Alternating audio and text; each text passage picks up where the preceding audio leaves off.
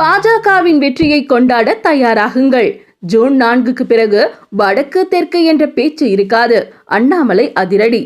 June 4ஆம் தேதி பாஜகவின் வெற்றியை கொண்டாட தயாராக இருங்கள்.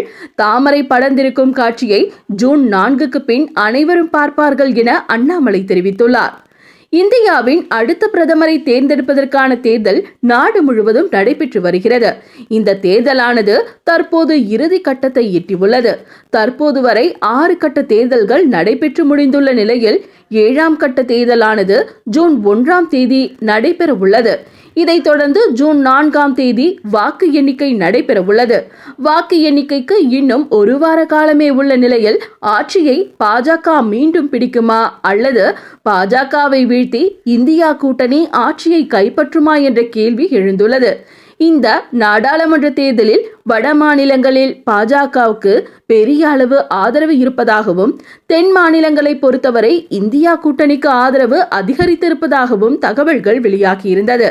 இந்த சூழ்நிலையில் வாக்கு எண்ணிக்கைக்கு ஒரு வார காலமே உள்ள நிலையில் தமிழக பாஜக மாநில நிர்வாகிகள் மற்றும் மாவட்ட தலைவர்களின் ஆலோசனை கூட்டம் பாஜக மாநில தலைவர் அண்ணாமலை தலைமையில் சென்னையில் நடைபெற்று வருகிறது.